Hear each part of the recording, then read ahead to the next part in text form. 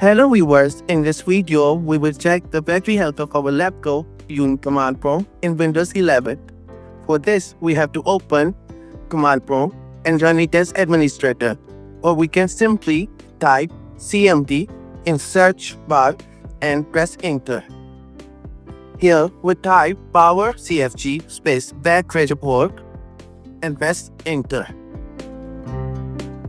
And we get a path. Open this path,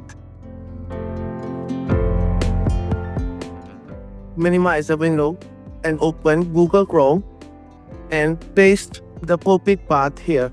Press enter and you get battery report.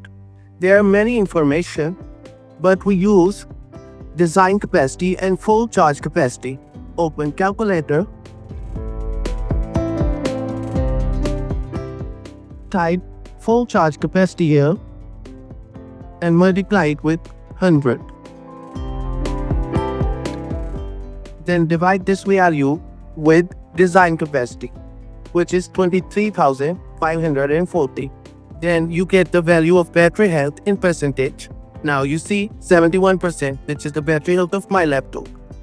If you find this video informative, like it. Thank you so much for watching and subscribe my channel for more informative videos.